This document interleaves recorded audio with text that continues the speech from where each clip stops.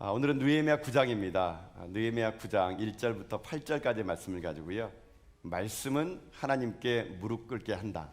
말씀은 하나님께 무릎 꿇게 한다는 제목을 가지고 하나님 말씀 함께 시간 나누도록 하겠습니다. 오늘 느헤미야 9장의 말씀을 함께 나누기 원하겠는데요. 우리가 지난해 그 가을 특별 저녁 부흥회 때부터 계속 이 느헤미야 말씀을 쭉 저희들이 강해하며 말씀을 들어왔는데요.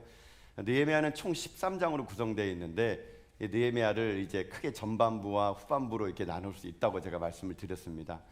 전반부는 이 느헤미야 1장부터 7장까지를 보통 이 전반부라고 얘기하는데 내용은 그런 내용이죠. 느헤미야를 중심으로 해가지고 무너진 성벽을 52일 만에 재건하는 놀라운 이야기가 1장부터 7장까지 기록이 되어 있다는 것이죠. 근데 참 감사하게 느헤미야가 그냥 성벽 재건으로 7장으로 끝났다 그러면은 이것은 그냥 우리에게 건축 이야기일 뿐일 겁니다. 근데 더 중요한 건 뭐냐? 이 느헤미야의 핵심은요. 느헤미야에서의 핵심은 성벽 재건이 끝나는 것이 아니라 이 8장부터 13장까지 있는 이 성벽 재건을 눈에 보이는 게 전부가 아니라 그 이면에 있는 이 성벽 재건 후에 이스라엘 백성들의 무너진 믿음을 재건하는 거죠. 영적 회복, 영적 부흥, 이거를 재건하는 것이 하나님의 더 큰 뜻이라는 겁니다. 그래서 이 후반부에 시작하는 느헤미야 8장에서는 이 영적 부흥의 모든 개혁의 출발을 뭘로 잡았느냐? 바로 하나님 말씀에 대한 갈망으로 잡았다는 거예요. 그러니까 모든 것의 시작은 무엇이냐? 바로 하나님 말씀에 대한 갈망. 거기로부터 모든 개혁이 시작되고 모든 부흥이 시작된다. 그러면 저희들이 지난 시간에 느헤미야 8장의 말씀을 통해서 이 하나님의 말씀에 대한 갈망을 회복하려고 그러면 제가 여러분에게 두 가지를 회복해야 된다고 말씀을 드렸어요. 하나가 무엇이냐면 말씀에 대한 진지한 태도를 회복해야 된다는 거죠. 말씀을 진지하게 듣는 회복의 태도, 이게 필요한 겁니다. 또 하나는 말씀이 들렸을 때 내 안에 기쁨이 회복될 때 그때 하나님 말씀에 대한 갈망이 우리 가운데 회복된다. 이게 8장까지의 내용인 겁니다. 자, 오늘 이 느헤미야 9장은 어떤 내용이냐? 사실 이 8장부터 시작된 영적 개혁의 그 출발점이 말씀에 대한 그 갈망이었다면요, 이 9장은요 이 8장의 연장선이라고 볼 수 있게 됩니다. 즉 다시 말하면요, 하나님 말씀에 대한 갈망이 우리에게 있고 그 말씀이 우리에게 임하면 우리가 어떤 인생이 되느냐? 우리가 말씀을 가지고 한 단계 더 나가야 된다는 얘기예요. 어디까지 나가야 되느냐? 바로 말씀을 받아들인 자가 나가야 될 길 어디냐면요, 바로 회개의 자리까지 나가야 된다는 얘기예요. 다시 말하면 하나님 말씀이 임하면은요, 그 말씀이 내게 찔림이 되는 사람들은요, 여러분 가만히 있지 않는다는 겁니다. 그 말씀을 가지고 어떻게 되느냐? 회개의 자리까지 나가는 거, 그게 말씀이 임한 자의 삶이라는 겁니다. 자, 오늘 말씀을 돌아가서 이게 무슨 말씀인지 한번 보도록 할까요? 자, 오늘 9장 1절 말씀 보세요 한번요. 자, 9장 1절 말씀 읽어봅시다. 시작. 그달 20 날에 이스라엘 자손이 다 모여 금식하며 굵은 베옷을 입고 티끌을 무릅쓰고 아멘. 자, 그러니까 이게 이제 흐름입니다. 이 흐름인데 8장까지 하나님 말씀에 대한 갈망을 가진 그들이 그 다음에 넘어가는 게 뭐냐? 바로 회개 역사까지 임했다는 거예요. 그러니까 오늘 이 9장 1절의 시작은 뭡니까? 굵은 베옷을 입고 티끌을 무릅쓰고 모여 금식했다. 이걸 회개하는 사람의 자세를 얘기하는 거거든요. 여기까지 나가야 비로소 우리 가운데 영적 부흥과 영적 회복이 일어날 수 있다라는 것이거든요. 근데 문제는 이렇게 생각할 수 있죠. 어떻게 말씀이 임했는데 내 삶 가운데 회개가 일어나느냐? 여러분, 그건요 바로 이런 겁니다. 하나님 말씀이 내게 임하지 않습니까? 그럼 그게 깨달음으로 오잖아요. 말씀이 임하고 깨달음 오게 되면요, 그 말씀의 능력이 뭔지 아십니까? 내 자신의 과거와 내 자신의 현실의 삶을 하나님의 시선으로 해석할 수 있는 능력이 되게 생기는 거예요. 그러니까 말씀이 내게 들어오게 되면 그전에는 내 삶이 괜찮아 보입니다. 이 정도면 괜찮아 보여요. 근데 말씀이 들어와서 내 안에 깨달음이 있게 되면은 하나님의 시선으로 내 삶을 볼 수 있는 능력이 생기거든요. 그러면 내 삶이 괜찮아 보였던 껍데기가 아니라 내 속사람을 보게 됩니다. 그런 말씀과 내 속사람이 차이가 생기게 되면요, 어떻게 되느냐? 그것 때문에 괴로워하며 말씀의 자리에, 회개의 자리로 나가게 되기 때문에 말씀이 우리에게 임하면요, 바로 그런 능력이 우리에게 임할 수가 있다는 거예요. 그래서 여러분, 내가 회개할 수 있다는 거 뭔지 아십니까? 말씀이 내게 깨달음으로 다가왔다는 겁니다. 말씀이 깨달음으로 다가오면 회개의 자리가 나갈 수 있는 능력이 우리에게 생긴다는 것이에요. 근데 여러분, 여기서 제가 중요한 게 한 가지가 있는데요, 여러분 이렇게 말씀드리고 싶어요.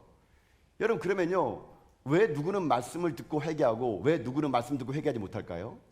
여러분 만약에 회개하는 기도 시켜보면 제가 압니다. 자, 우리 회개합시다. 그럼 자기는 20분 기도 안 자는데 눈 떠보면 2분밖에 안 지났으니까 할 말이 없어요. 하나님 잘못했습니다. 그 다음에 말이 없어요. 말이. 왜 그럴까요? 누구는 왜 회개 기도가 그냥 나오는데 왜 누구는 회개 기도가 안 나올까요? 제가 볼 때는요, 여러분 회개는요 아무나 하는 게 아닙니다. 여러분. 뭐 유행가 가사처럼 뭐 사랑은 아무나 하나, 뭐 아무나 못하는 것처럼요, 회개는 아무나 못합니다. 누가 회개하는지 아십니까? 하나님의 은혜를 받아야 회개할 수 있어요, 여러분요. 여러분 이거 놀라운 겁니다. 내가 회개하고 싶다고 회개하는 게 아니에요. 하나님의 은혜가 임해야 되는 거예요. 회개는요 하나님의 선물이에요. 하나님 말씀이 내게 은혜로 다가오면 그 사람이 회개하는 것이지 아무나 회개하는 것이 아니에요. 여러분 만약에 이렇게 생각해 봅시다. 막 하나님이 심판을 보이고 징계를 보내고 막 재앙을 보내주면은 막 무섭게 하면은 여러분 회개할 것 같죠? 회개 안 합니다, 여러분. 사람들요. 여러분 사람들은요 재앙을 보고도 회개하지 않아요, 여러분요. 하나님이 재앙을 내려주고 심판하겠다고 예고를 하는 거는 돌이키기 원하는 것인데 사람 마음이요 강박합니다, 여러분요. 그래서 웬만한 재앙 앞에서 사람들은요 회개하기는커녕 오히려 딴 반응을 보여요, 여러분요. 자, 여러분 그걸 어떻게 할 수 있냐면요, 요한계시로 보게 되면은 마지막 심판의 이야기가 나오는데요, 그때 하나님이 계시를 보여줘요. 막 사람들이 막 다 죽어나고 막 자연재해가 일어나고 확 이런 일이 펼칠 때 하나님의 뜻은요, 이걸 보고 사람들이 돌이키기를 원했는데 세상에 사람들의 반응이 어떻게 보이는지 아십니까? 그런 재앙 앞에서. 여러분 요한계시록 9장 20절과 21절 말씀 보세요 한번요. 자, 마지막 때 이렇게 한대요. 자, 읽어봅시다. 시작. 이 재앙에 죽지 않고 남은 사람들은 손으로 행한 일을 회개하지 아니하고 오히려 여러 귀신과 또는 보거나 듣거나 다니거나 하지 못하는 금, 은, 동과 목석의 우상에게 절하고 또 그 살인과 복술과 음행과 도둑질을 회개하지 아니하더라. 아멘. 여러분 보세요. 지금 요한계시록에서는 하나님이요 수많은 사람들이 죽어 나갔거든요. 겨우 사람들이 살아남았어요. 그러면 이 사람들이 그걸 보고 깨닫고 회개해야 되는데 실상은 어떻게 하는 겁니까? 회개하지 않다. 여러분 이 짧은 말씀 속에 회개하지 아니하고 두 번 나와요. 회개하지 아니하고 회개하지 아니하였더라. 여러분 사람이란 게요 무슨 심판을 보고 재앙을 보고 막 이렇게 무섭겠다고 회개하는 게 아니고요. 회개는 여러분 제가 얘기했잖아요. 은혜 아니면 회개가 안 되는 거예요, 여러분요. 여러분 그래서 회개는요 사람들로 하여금요 하나님의 은혜가 아니면 안 된다는 것을 이 말씀 통해서 우리가 알 수 있지 않습니까? 하나님이 여러분 이 회개를 기대했는데 마치 바로의 마음처럼요. 바로가 여러분 10가지 재앙을 보여줄 때 성경 뭐라 합니까? 마음이 강팍했다 그러잖아요. 사람들은요 심판이 다가오면은 불안하고 두려워하는데 이거를 극복하기 위해서 어떻게 하는 줄 아십니까? 불안하고 두려우면 회개하면 되잖아요. 그렇게 안 한다는 거예요. 심판이 나를 다가오면은 불안하고 두려우니까 어떻게 하는 줄 아십니까? 아까 요한계시록 말씀 보면은요 자신을 지켜줄 여러 귀신과 우상들을 더 만든대. 불안하니까 우상을 더 만든다는 얘기예요. 정말 붙잡아야 하나님 붙잡지 않고 썩은 동아줄을 붙잡는 거, 이게 여러분 사람의 마음이에요, 마음. 여러분 그래서 우리가 회개할 수 있다는 것은 이거 놀라운 겁니다, 여러분요. 아무리 재앙을 보내주고 심판을 보내줘도요 회개 안 합니다, 여러분요. 누가 이긴지 아십니까? 하나님의 은혜를 받은 사람, 하나님의 은혜가 있는 사람이 회개하는 거예요. 왜 회개한다고요? 말씀이 임하는 사람.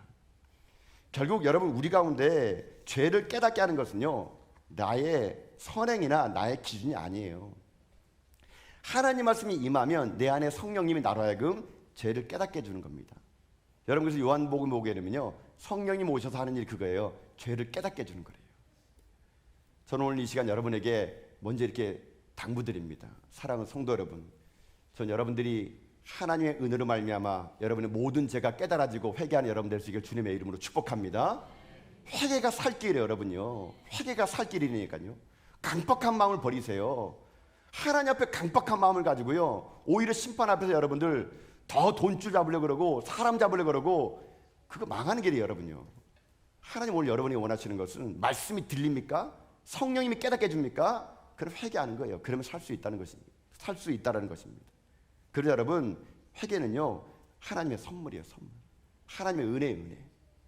이 은혜, 이 선물이 여러분과 임해져서 날마다 여러분 말씀을 드릴 때마다 찔림이 오고 그 찔림 때문에 여러분들이 삶이 회개자로 나가서 여러분의 모든 죄가 사함받고 여러분 삶 가운데 하나님의 은혜가 넘쳐나는 여러분 인생길 다 될 수 있기를 여러분 주님의 이름으로 축복합니다. 그러면 오늘의 말씀은 이런 초점에서 말씀을 볼 거예요. 이런 맥락을 가지고 오늘 말씀을 어떻게 볼 것이냐? 그러면 이거예요. 그럼 하나님이 기뻐하는 회개는 무엇일까요? 하나님이 진짜 기뻐하는 회개의 기도는 무엇일까요? 우리가 매주마다 모여가지고 여러분 아까 참회 기도 했죠. 주가 용서해 주옵소서. 맨날 참회 기도 하잖아요. 그거 옳은 기도일까요, 여러분요? 맞는 기도일까요? 우리가 회개 기도 한다고 하는데 도대체 하나님이 기뻐하시는 회개의 기도란 무엇인가? 우리는 어떻게 회개 기도를 해야 될 것인가?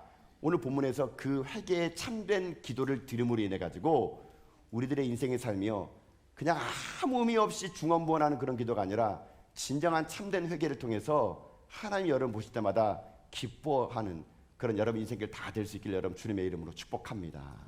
자, 그럼 이렇게 봅시다. 첫 번째로 어떻게 해야 회개의 진짜 기도일까요? 진짜 회개의 기도를 하려면 우리에게 선행되는 과제가 뭘까요? 오늘 제가 본문에서 찾은 건 뭐냐면 첫 번째 이렇게 하면 됩니다. 첫 번째 무엇이냐? 말씀 그대로 하게 되면요, 악한 세상과의 단절을 이루라는 겁니다. 악한 세상과 단절하라. 이게 회개의 기도예요. 이게 회개의 전제 조건이고 이게 회개 기도한 사람의 특징이에요. 뭐라고요? 악한 세상과 단절하는 거예요. 자, 말씀을 통해서 이게 무슨 말씀인지 제가 설명드려 볼게요. 2절 말씀 보세요 한번요. 자, 2절 말씀 읽어볼까요? 읽겠습니다. 시작. 모든 이방 사람들과 절교하고 서서 자기의 죄와 조상들의 허물을 자복하고. 아멘. 자, 지금 이스라엘 백성들이 하나님 말씀이 임했거든요. 임했더니 그들이 하나님 앞에서 이 수문학 광장에서 울며 통곡하며 말씀 앞에 아멘 아멘 화답했어요. 그리고 이 8장 마무리 가게 되면요, 그들이 지금까지 지키지 못했던 초막절을 지킵니다. 초막절을 지키고 난 다음에 그들이 회개하고 눈물 흘린 다음에 바로 한 게 뭔지 아세요? 바로 한 게 바로 이 9장 2절이에요. 뭘 했다 그러니까 거기에 모든 이방 사람들과 절교했대요. 여러분 밑줄 그어보세요. 중요한 단어는요, 절교예요. 절교. 이게 중요해요. 뭐라고요? 모든 이방 사람들과 절교했다. 절교란 뭔지 아십니까? 잘라내다, 끊어내다 이런 뜻이에요. 여러분 이게 무슨 말인지 아세요? 모든 이방 사람들과 절교했다는 건 뭐냐면요, 이방 사람들의 영향력을 받지 않았다는 말입니다. 자, 이걸 제가 설명드려 볼게요. 절교라는 단어 오늘 풀어 설명할 것인데, 여러분 세상 사람들은요, 우리도 그렇죠. 이 세상 살다 보면 우리는 홀로 사는 존재가 아니고요, 무언가에 영향을 주고 영향을 받는 그런 존재들입니다. 여러분 하나님께서 이스라엘 백성들을 가장 마음속에 여러분 염두에 두는 게 뭐냐면요, 구약에 보게 되면은 하나님이요 내내 이것 때문에 마음이 좀 쓸렸어요. 뭐가 쓸렸느냐? 이스라엘 백성들이 악한 세상과 단절하지 않은 거예요. 항상 악한 세상과 더불어 살아가는 게 이게 하나님 보시기에 죄인 거예요, 죄. 자, 이야기를 좀 더 올라가 봅시다. 하나님이 이스라엘 백성들을 출애굽시켰어요. 시키고 광야 생활 40년간 돌리면서요, 하나님 무슨 말 하냐면 딱 이 말 한 겁니다. 얘들아, 니들이 이제 가나안 땅에 들어가게 되면은 가나안 땅은 그 땅에 원래 살았던 사람들이 있어. 근데 걔네들이 풍습과 규례를 따르면 안 돼. 니네는 하나님의 선미 백성이니까 절대로 가나안 땅 들어가면은 그들의 풍습과 종교와 문화와 가치관을 따르면 안 된다. 이렇게 하면서 하나님이 기준을 줍니다. 기준이 뭐예요? 율법을 주고 십계명을 준 거예요. 이거대로 살아야 된다 준 겁니다. 그들은 광야 40년 동안 하나님 말씀을 들었고요, 그 자기는 그렇게 살 줄 알았어요. 가나안 땅 들어갔습니다. 근데 가보니까 이게 웬일입니까? 하나님은 눈에 안 보이는데 말씀만 있는 거예요, 자기들한테. 근데 가봤더니 이방 그 가나안 땅에는요, 이미 그 가나안 땅에 살던 수많은 족속들이 있었어요. 근데 걔네들을 보니까는 걔네들 신이 있어요, 신. 바알이란 신이 있는데 사람들이 그 신에 절을 하면요, 풍년, 비를 내려준대요. 그 사람들은 맨날 바알 신에 절하는데 진짜로 농사가 잘 되는 거예요. 근데 자기가 섬기는 하나님은 눈에 보이지 않고 이거 뭐 하나님께 기대도 아무것도 안 보이는 겁니다. 그랬더니 이스라엘 사람들이 슬금슬금 뭐 하는지 아십니까? 나도 바알에게 한번 절해볼까? 슬금슬금 그 세상 사람들에게 영향을 받은 거예요. 이걸 오늘 우리말로 하기는 뭔지 아십니까? 물들어갑니다. 물들어가는 거예요. 하나님 말씀에 물들어가는 것이 아니라 세상 두 발 들고 살다 보니까 이방 사람들에게 물들어가는 거예요. 하나님 뭐라는지 아십니까? 그거 끊으라는 게 끊으라는 거예요. 여러분 오늘 우리들의 인생의 삶에도요, 여러분 지금 여러분 몰라서 그렇지 하나님 우리에게 요구하는 게 뭔지 아십니까? 여러분 삶에 끊은 길을 원하는 게 엄청나게 많다는 거 아십니까, 여러분요?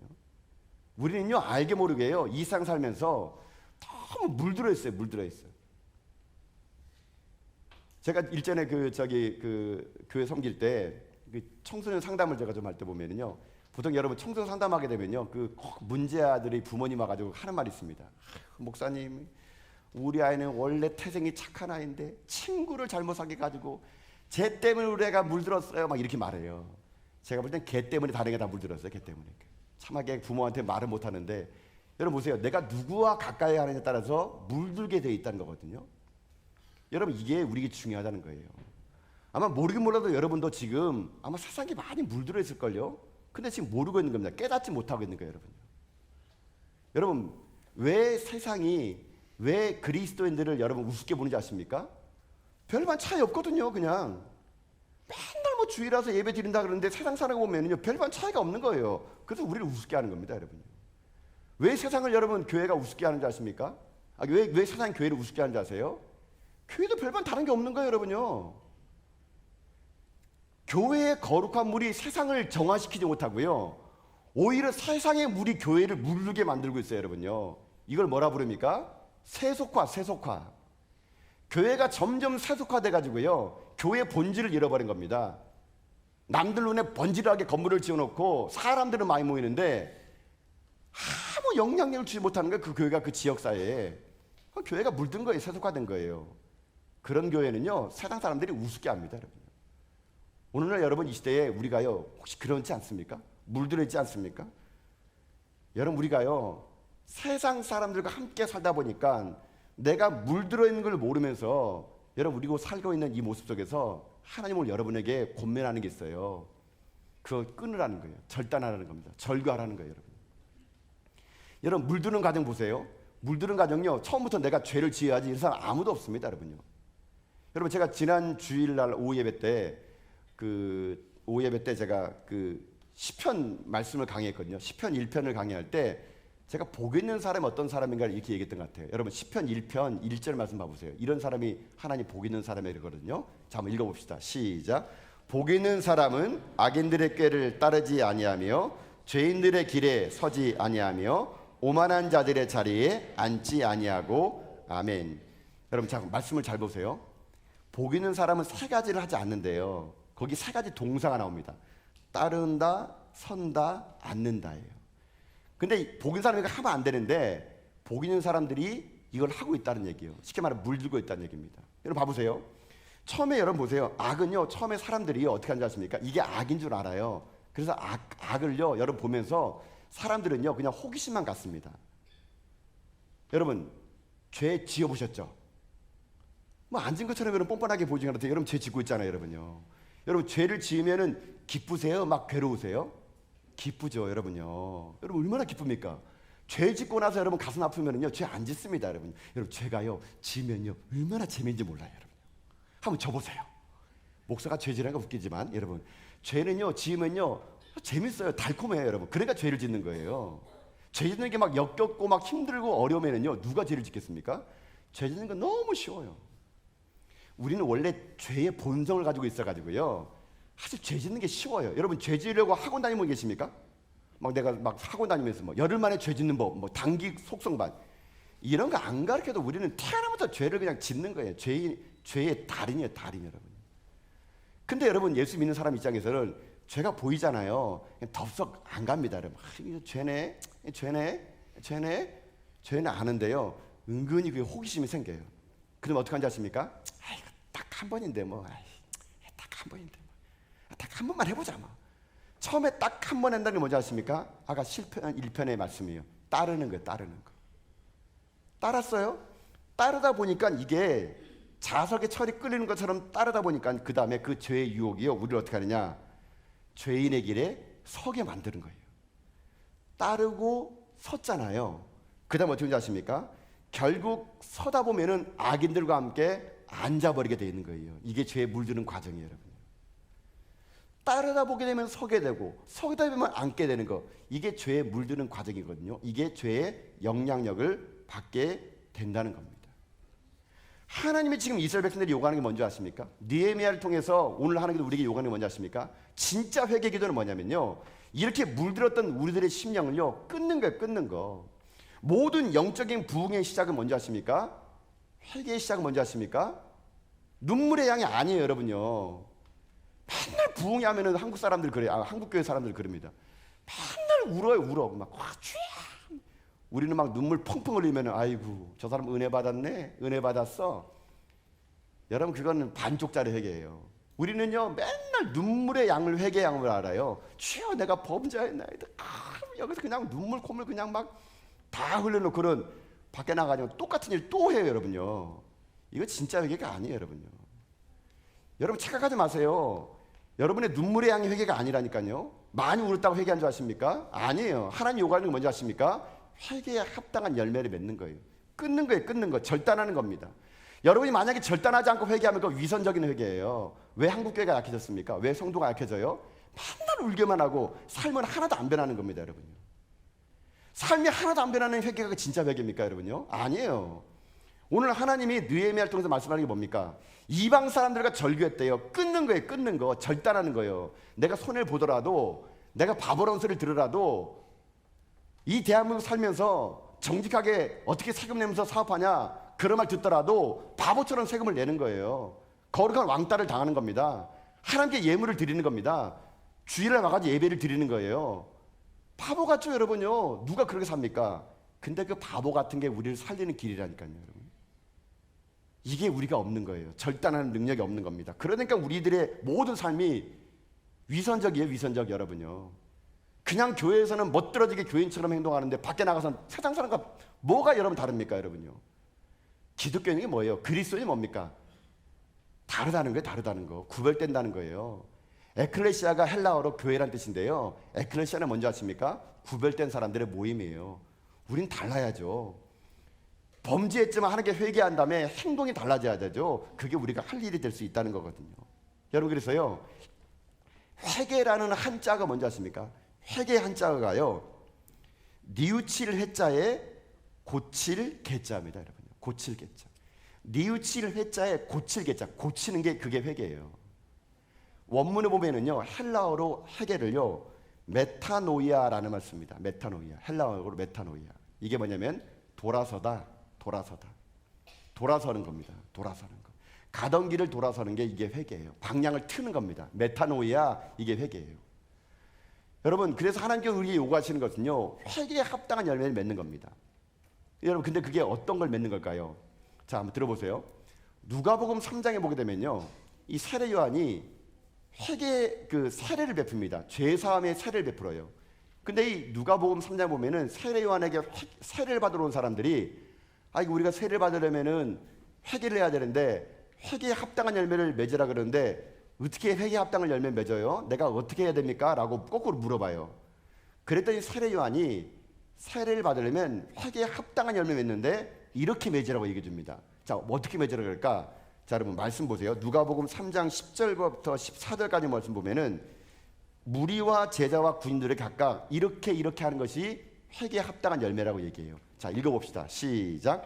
무리에게 물어 이르되 그러면 우리가 무엇을 하리이까? 대답하여 이르되 옷 두 벌리는 자는 옷 없는 자에게 나눠줄 것이요 먹을 것이 있는 자도 그렇게 할 것이니라 하고, 세리들도 세례를 받고자 하여 와서 이르되 선생이여 우리는 무엇을 하리까 하며 이르되 부가된 것 외에는 거둘지 말라 하고, 군인들도 물어 이르되 우리는 무엇을 하리까 하며 이르되 사람에게서 강탈하지 말며 거짓으로 고발하지 말고 받는 급료를 족한 줄 알라 하니라. 아멘.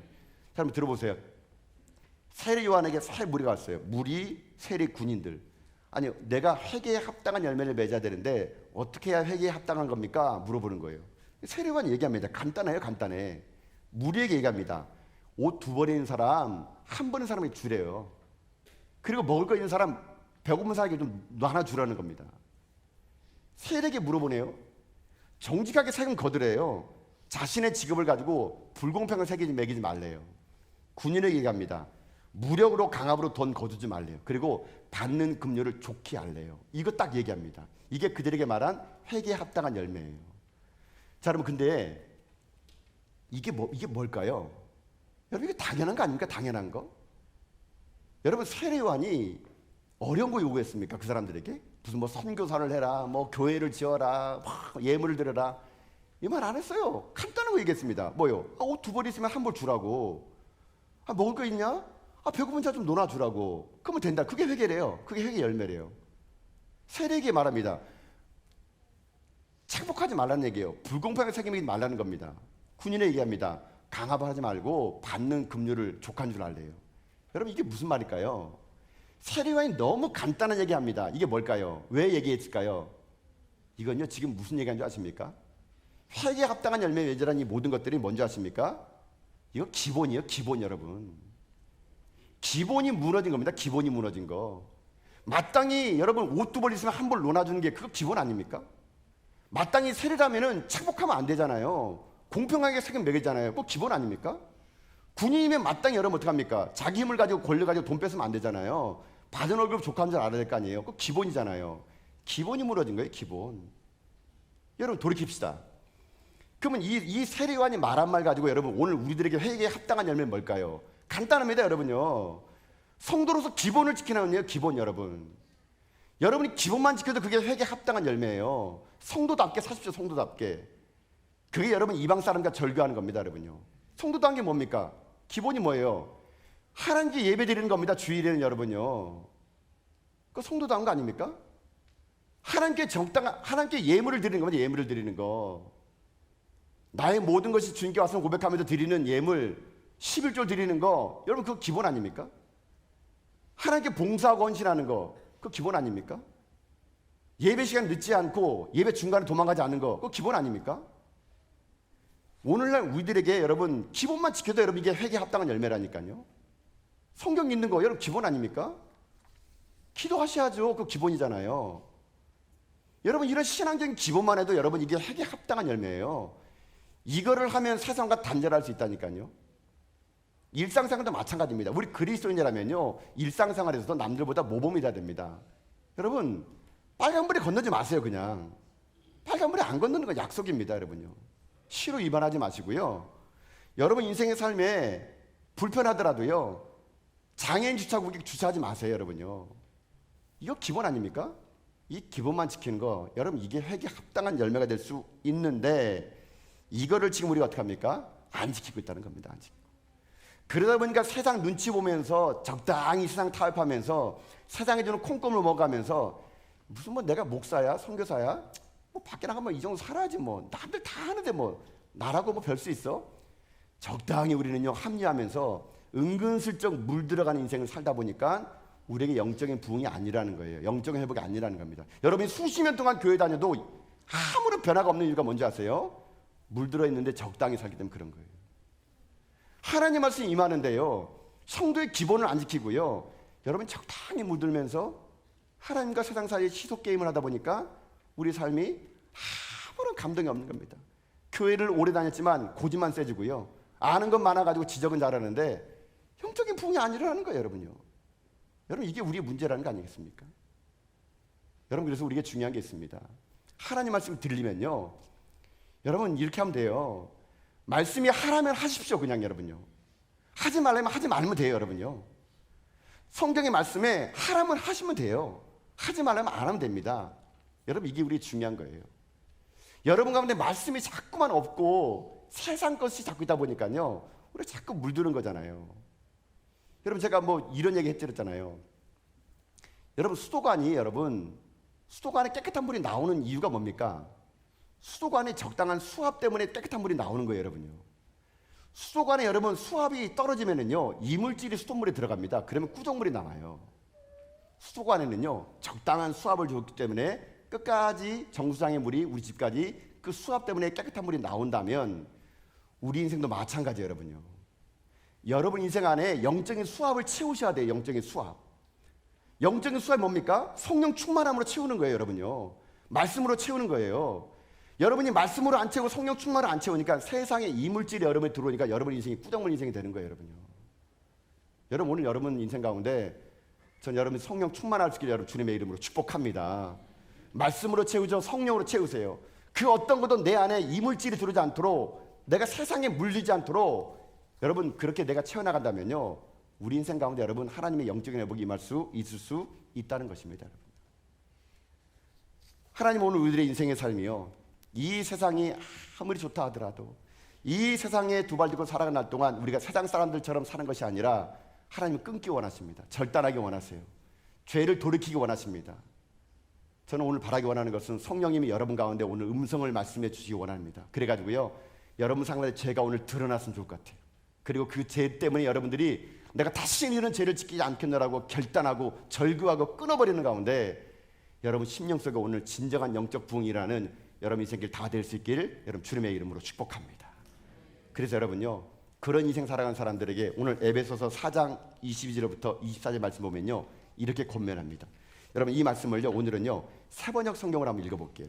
자, 한번 읽어봅시다. 어떻게 살아가는지 읽읍시다. 시작. 여러분은 지난날의 생활 방식대로 허망한 욕정을 따라 살다가 썩어 없어질 그 옛사람을 벗어버리고 마음의 영을 새롭게 하여 하나님의 형상을 따라 참 의로움과 참 거룩함으로 지으심을 받은 새 사람을 입으십시오. 아멘. 지난날의 허망한 욕정을 따라가는 그런 삶을 다 깨버리고 여러분이 하나님 형상대로 참된 의로움과 거룩함을 지음받은 새 사람으로 살아가는 거, 여러분 이것이 여러분의 목표가 될 수 있길 여러분 주님의 이름으로 축복합니다. 사랑하는 성도 여러분, 정말 여러분 회개 기도했습니까? 그러면 결단하셔야 돼요. 끊으셔야 돼요. 거기까지 가는 것이 진정한 회개의 기도이고 하나님이 기뻐하는 회개임을 여러분 인식하시고 오늘 여러분 삶 가운데 끊어야 될 죄들을 끊어버리는, 그래서 여러분 심령 속에 영적인 부흥이라는 자 여러분 다 될 수 있기를 여러분 주님의 이름으로 축복합니다. 이게 첫 번째가 첫 번째. 두 번째가 있습니다. 첫 번째가 영적인 그 단절을 얘기한다면요, 두 번째는 뭐냐? 두 번째 하나님이 기뻐하시는 회개는요, 두 번째 이겁니다. 말씀에 바탕을 둔 회개를 하라는 겁니다. 말씀에 바탕을 둔 회개를 하라. 감정이나 남의 말에 따라 하는 것이 아니고요, 말씀에 바탕을 한 회개를 할 때 진짜 그게 회개가 될 수 있는 거예요. 자, 말씀을 돌아가서 한번 제가 설명드려 볼게요. 3절 보세요. 한번요. 3절. 자, 3절 말씀 읽어봅시다. 시작. 이날에 나 4분의 1은 그 제자리에 서서 그들이 하나님 여호와의 율법책을 낭독하고 나 4분의 1은 죄를 자복하며 그들이 하나님 여호와께 경배하는데 아멘. 자, 3절 말씀 보면 독특한 게 나와요. 뭐 나 4분의 1이란 말 나오지 않습니까? 여러분 유대인들은요 보통 하루 24시간을요 8등급으로 나눕니다. 8등급을 나눌 때 24시간을 8등급 나눌 때 한 등급이 몇이냐? 3시간이 한 등급이에요. 그러니까 여기에 나 4분의 1은 얼마를 얘기하냐면 3시간을 얘기합니다. 3시간. 그러니까 이스라엘 사람들이 지금 어떻게 하고 있냐면요, 하나님 말씀을 들을 때 3시간 동안 하나님 말씀을 들은 거예요. 3시간 동안 하나님 말씀을 듣고 그 다음 어떻게 하는지 아십니까? 3시간 동안 그들이 회개를 했대요. 회개를. 자, 여기에서 오늘 우리들의 삶의 적용이 나옵니다. 왜 우리가 회개가 안 될까요? 간단합니다. 말씀을 듣지 않기 때문에 그런 겁니다. 회개할 거리가 없는 거예요. 왜요? 말씀을 안 들으면은 회개할 거리가 생기지 않습니다. 지금 이 영적 부흥을 일으키는 이 이스라엘 백성들을 보세요. 3시간 동안 말씀을 들었대요. 듣고 나니까 그 말씀으로 인해서 몇 시간 동안 회개했다고요? 3시간 여러분요. 여러분 놀랍지 않습니까? 3시간 동안 회개할 수 있는 근본이 뭐냐? 남이 지적하고 내 양심에 꺼리낌이 있는 것이 아니고요, 말씀을 3시간 동안 들었더니 내 삶 가운데 말씀이 내 삶과 부딪히는 게 있어가지고 3시간 동안 회개가 일어날 수 있었다는다면 오늘 우리들의 진정한 회개는요 이렇게 시작된다는 겁니다. 말씀을 듣는 거예요. 여러분요. 말씀을 읽는 거예요. 누가 여러분을 지적해가지고 너 그렇게 살면 안 돼, 세상 사람들 소리 듣고 여러분 회개하지 마세요.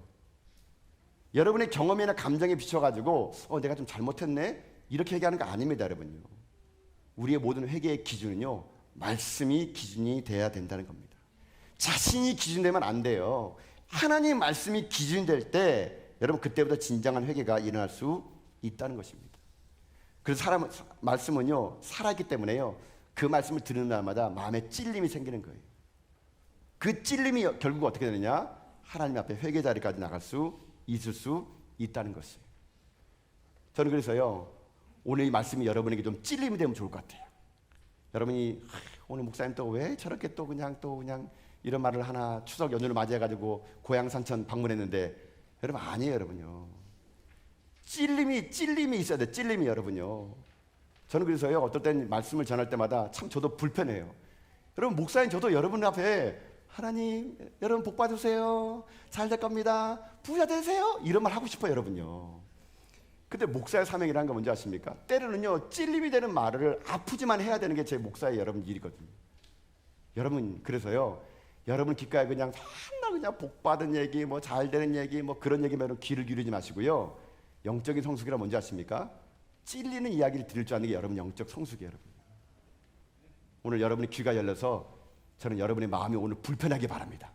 막 불편하고 찔려가지고 내가 어떻게 하면 좋을까 여러분 막 통해하다가 여러분들이요 말씀이 깨달음을 딱 받아가지고 여러분 모든 죄가 드러나가지고 회개하는 이 역사의 말씀을 여러분 주님의 이름으로 축복합니다. 여러분 찔리는 거예요, 찔리는 거. 근데 중요한 게 뭔지 아십니까? 하나님 말씀을 듣고 내가 찔렸더니만은 여러분 진짜 회개는요 거기서 머무는 게 아니고요 더 나가는 거더라고요. 어떻게 나가느냐? 여러분 4절 말씀 보세요. 4절요.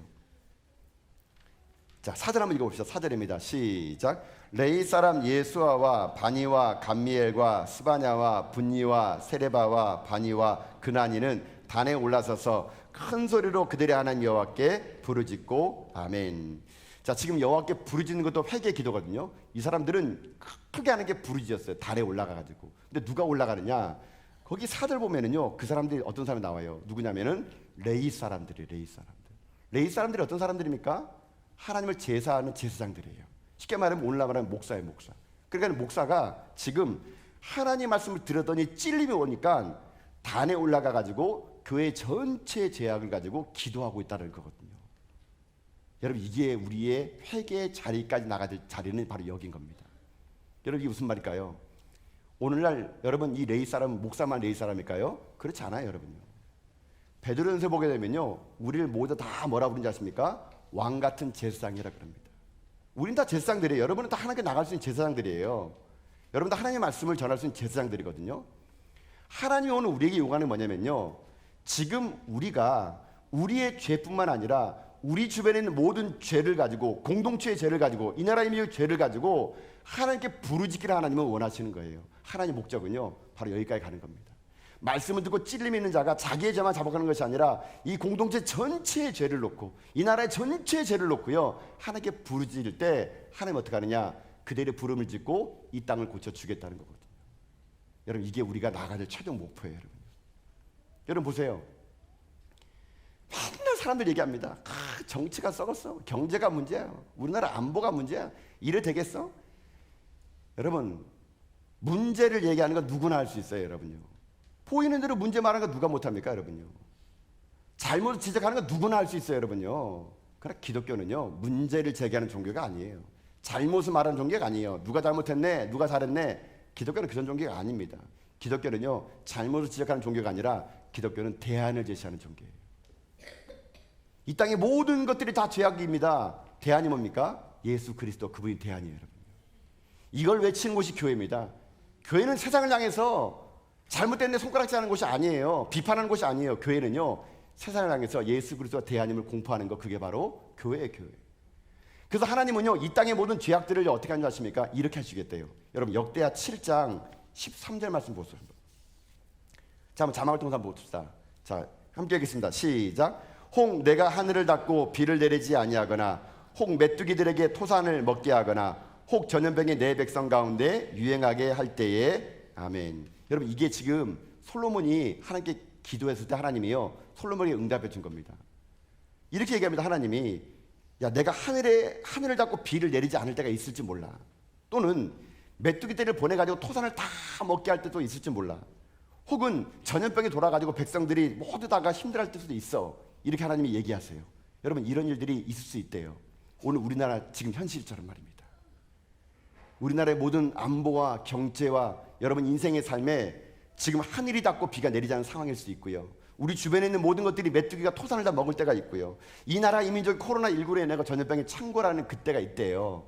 그럼 어떻게 하라는 얘기입니까? 이때 하나님이 이럴 때가 온다는 겁니다. 이럴 때 당신 탓이야 누구 탓이야 이렇게 하지 말고요. 하나님이요 이때 이렇게 하래요. 어떻게 해요?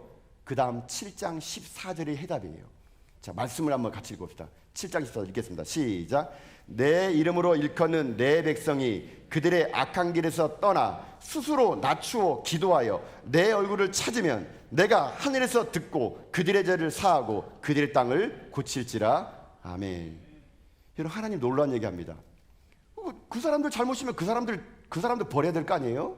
그 사람 잘못이면 그 사람들이 회개해야 되잖아요. 하나님 그렇게 하는 게 아니래요. 내 일컬어놓은 내 백성들이, 우리 성도들이요, 이 땅에 죄악을 놓고 얘기 들어보세요. 악한 길을 떠나래요. 오늘 제가 얘기했잖아요. 절교하는 게 끊는 거예요. 악한 길을 떠나 어떻게 하는지 아십니까? 스스로 낮춰서 기도하면, 하나님의 얼굴을 구하면, 놀랍게도 하나님이요, 내가 하늘에서 너의 기도를 듣고 이 땅의 모든 사람의 죄를 내가 다 고쳐줄게. 하나님은 그 기도를 우리에게 요구하고 계시는 겁니다. 여러분, 이게 오늘 우리들이 회개의 자리까지 나가야 될 자리가 바로 여기에요. 정말 하나님 말씀이 임하고요, 내게 하나님 말씀이 간섭이 생기고 찔림이 되게 되면요, 나의 죄를 뛰어넘어가지고 공동체의 죄를 발견하게 됩니다. 타인의 죄를 위해서 기도하게 돼 있어요. 교회를 위해서 기도하게 돼 있습니다. 어떻게 교회를 비판합니까, 여러분요? 어떻게 세상을 비판합니까? 어떻게 성도를 비판해요? 비판 못해요, 여러분요. 하나님 말씀이 있고 은혜가 받은 사람은요, 비판하지 않습니다. 그 사람에서 기도해 주는 사람이에요, 여러분요. 이 나라 이민족을 기도해 주는 사람입니다. 교회에서 기도해 주는 사람이에요. 하나님 우리에게요, 진짜 회개의 기도는 뭔지 아냐? 그렇게 가는 거래요, 여러분. 끝까지 품을 수 없는 자리에서 품을 기도하는 거래요, 여러분요. 이게 우리가 회개하는 자들이 가야 될 자리가 거기라는 겁니다, 여러분.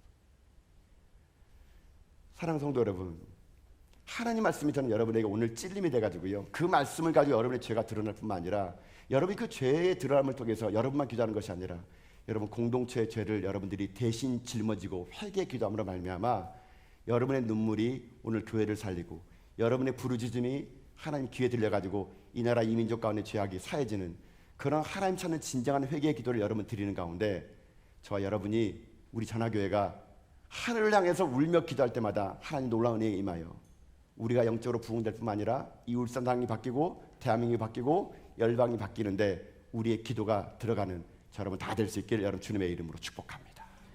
말씀 맺습니다. 진정한 회개의 기도는요, 입술의 기도가 아니에요. 삶의 기도예요. 오늘 여러분의 삶 가운데 모든 죄악을 끊으십시오. 절단하십시오. 돌이키십시오. 그리고 여러분의 모든 회개의 기도의 기준이 사람이 기준이 아니라 하나님 말씀이 기준이에요.